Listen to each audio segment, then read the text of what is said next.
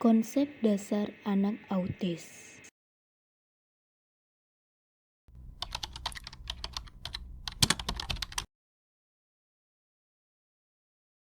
Pengertian anak autis. World Health Organization International Classification of Disease mendefinisikan autisme khususnya childhood autis sebagai adanya keabnormalan dan atau gangguan perkembangan yang muncul sebelum usia 3 tahun dengan tipe karakteristik tidak normalnya 3 bidang, yaitu interaksi sosial, komunikasi, dan perilaku yang diulang-ulang.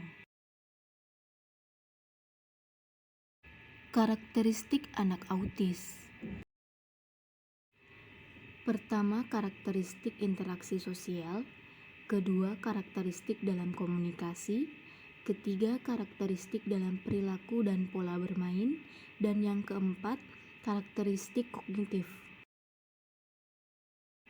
Klasifikasi. Yang pertama, klasifikasi berdasarkan saat munculnya kejadian. Yang kedua, klasifikasi berdasarkan intelektual. Yang ketiga, klasifikasi berdasarkan interaksi sosial. Dan yang keempat, klasifikasi berdasarkan prediksi kemandirian.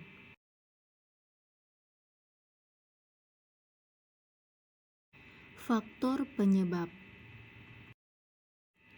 Faktor penyebab yang pertama berdasarkan teori biologis, yang kedua teori psikososial, yang ketiga faktor gangguan pencernaan, pendengaran, dan penglihatan, dan yang keempat autoimun tubuh.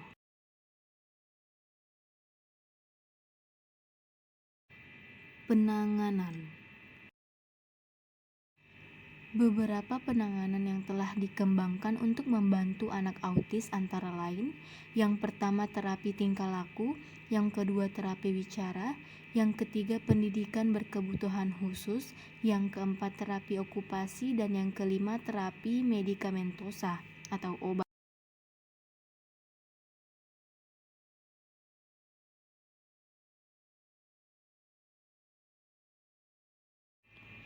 Konsep dasar komunikasi dan gangguan komunikasi.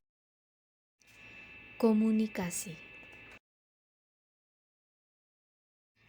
Secara sederhana, komunikasi dapat terjadi apabila ada kesamaan antara penyampaian pesan atau komunikator dan orang yang menerima pesan atau komunikan, menurut Mulyana 2007.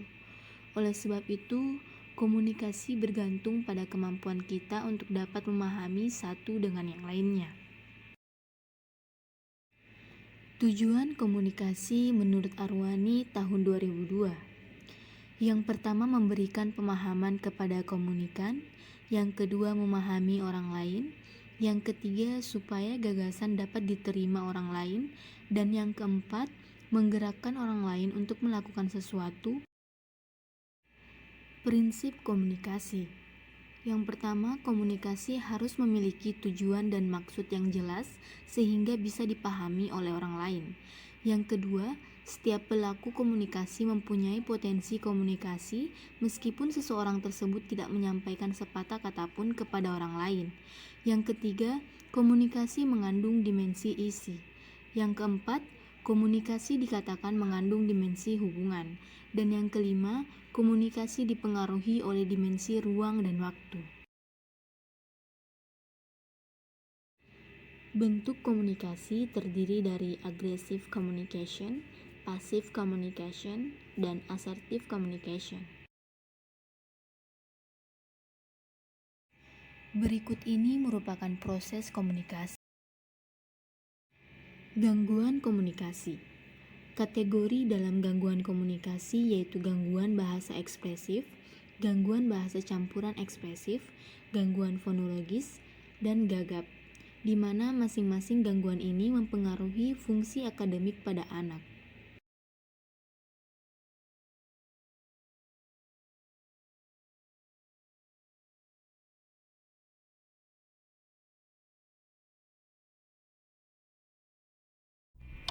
Pada tanggal 2 Oktober 2021, saya mengunjungi SLB Negeri Kabupaten Toli-Toli.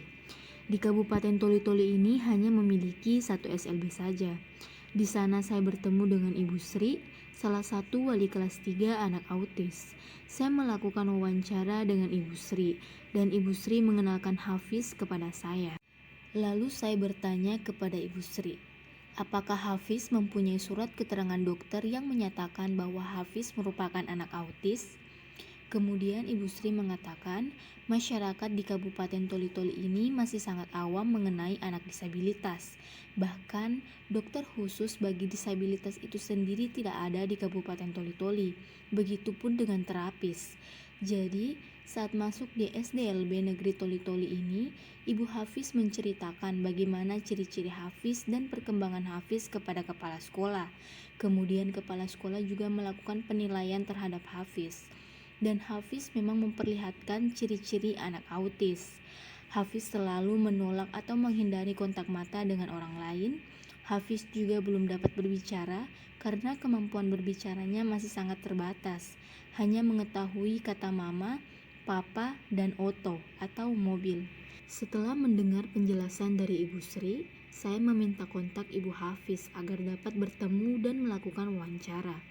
Lalu saya bertemu dengan Ibu Hafiz dan berikut ini merupakan hasil wawancara saya dengan Ibu Hafiz. Identitas anak. Nama Hafiz Zayan Putra, tempat tanggal lahir Toli-Toli 12 Juli 2012, umur 9 tahun, jenis kelamin laki-laki, agama Islam, status anak, Hafiz merupakan anak angkat, jumlah saudara 1, nama sekolah SDLB Negeri Toli-Toli, kelas 3, alamat rumah Jalan Sonanopi. Untuk riwayat kelahiran, saya tidak mendapat informasi karena Hafiz merupakan anak angkat. Ibu Rizky mengatakan bahwa Hafiz diberikan kepada Ibu Rizky pada tahun 2012. Saat itu Hafiz berusia 9 bulan. Alasan ayah kandung Hafiz memberikan Hafiz kepada Ibu Rizky karena beliau tidak mampu mengurus dan beliau mengalami stres karena istrinya meninggal setelah melahirkan Hafiz di rumah sakit.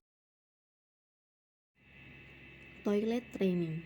Dapat mengatur buang air kecil sejak umur? Belum bisa. Hingga kini Hafiz masih menggunakan Pampers. Dapat mengatur buang air besar sejak umur? Belum bisa. Terkadang Hafiz hanya memberi isyarat dengan menunjuk ke arah belakangnya. Perkembangan fisik. Dapat merangkak pada umur? Hafiz tidak merangkak karena diberi terapi dengan cara duduk. Dapat berdiri pada umur 4 tahun. Dapat berjalan pada umur 4 tahun. Berbicara kata-kata pertama, kata mama. Namun Ibu Rizky lupa pada umur berapa Hafiz mengatakan itu. Berbicara dengan kalimat lengkap belum bisa, kesulitan dalam bahasa iya, kesulitan dalam gerak tidak, status gizi baik, riwayat kesehatan kurang. Riwayat pendidikan. Masuk TK pada umur 5 tahun. Lama pendidikan di TK 1 tahun. Kesulitan selama di TK, menurut Ibu Rizky, Hafiz tidak senang saat gurunya diganti. Masuk SD pada umur 7 tahun.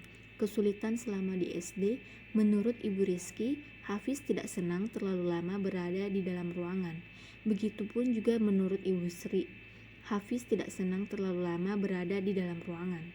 Pernah tidak naik kelas? Tidak pernah. Sikap anak terhadap guru hanya menyukai guru yang sudah lama ia kenal.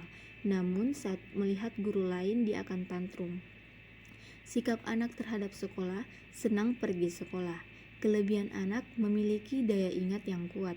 Hambatan anak belum bisa menulis, belum bisa berbicara kalimat yang panjang, dan meracau dengan bahasa yang kurang dipahami. Kebutuhan belajar membutuhkan banyak latihan berbicara dan menulis. Berikut ini merupakan faktor sosial dan personal. Identitas orang tua atau wali. Nama ayah Budiman. Tempat tanggal lahir Toli-Toli 26 Desember 1985. Umur 36 tahun. Agama Islam. Status ayah angkat. Pendidikan tertinggi SMA sederajat. Pekerjaan wira swasta. Alamat di Jalan Sonanopi. Nama ibu Andi Rizky Selvi Purwanti, sarjana kesehatan masyarakat. Tempat tanggal lahir Toli-Toli 12 Februari 1985. Umur 36 tahun, agama Islam, status ibu, ibu angkat, pendidikan tertinggi S1. Berikut ini data yang saya dapat mengenai hubungan orang tua dan anak. Tanggapan dan tanggungan keluarga. Jumlah anak 2, yang bersangkutan anak pertama. Kesulitan orang tua terhadap anak yang bersangkutan, sulit memahami apa yang dikatakan oleh Hafiz. Harapan orang tua terhadap pendidikan anak, Hafiz mendapatkan pembelajaran yang tepat dan dapat membantu kesulitannya dalam berbicara dan berkomunikasi serta menulis.